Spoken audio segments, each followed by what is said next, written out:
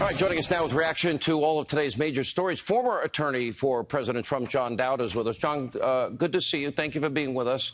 Thank you, Sean. Let me first go to the Woodward book. We now have you on record. We have General Kelly. I think he has 4 stars, right? 4?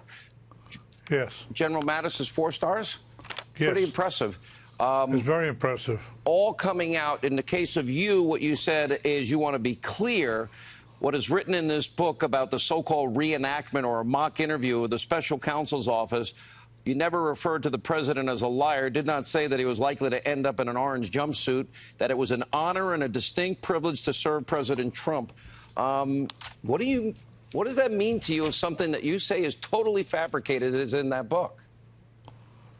Well, that's what it is, and that's what it appears from the testimony of other people. Yeah. And I assume that bothers you. Well, it does. It's very disturbing. Yeah. But it seems to be common these days, Sean. You were on Fox and Friends, and I saw the interview, and you said, with all due respect, you lost all respect for Bob Mueller. He didn't keep his word. He should have declined this case back in November of last year. And he's the one that asked for the witnesses. He's the one that asked for the documents. You know, everybody told the truth. He told us he didn't need any more documents. Here we are a year later. Thoughts? Well, I meant it. I mean, it was his suggestion that instead of that we ought to engage and work together. And we said, fine, you get the document list, ask for your witnesses, and Ty Cobb and Jay and I provided them, and he said he wouldn't let any grass grow.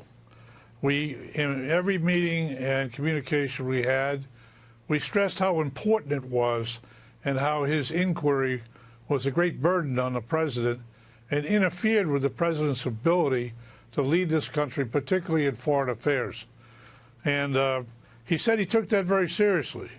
And on, he gave me his word he would do it. And we got to the late last year, and he had completed the 37 witnesses. And I asked him, did you have any problem with those witnesses? They're all well represented, all well prepared. And he said, no. Did anyone lie to you? No. Documents, we gave you 1.4 million. But more importantly, we gave you the most intimate notes of the communications and deliberations by the president. No president in history has ever done anything like that. Are we missing anything? Are there any missing documents? No. You're satisfied with everything you got? Yes. Well, I said, well, what's the president's exposure? Well, the president's exposure is he's a witness / subject. I said, so he's not a target, correct? Correct. That means he had no exposure. And at that point, we said, well, why don't you just decline? He said, well, we'd like to get back to you on that, but we think we need to talk to the president. And I raised the ESPY issue, which we had briefed thoroughly. Jay's people did a magnificent job on the briefing on all of those issues. Let me ask you this. And we said, what do you not know that we have not given you, that only the president knows? And he could never answer that question, Sean. And that's when I saw a stall going on, and I just lost complete faith in him because we had shaken hands. He's the one that said, John, we'll engage. We said, we're not going to raise conflicts. We're not going to raise the legality of the order. We're not going to fool with all this nonsense. Let's get the job done.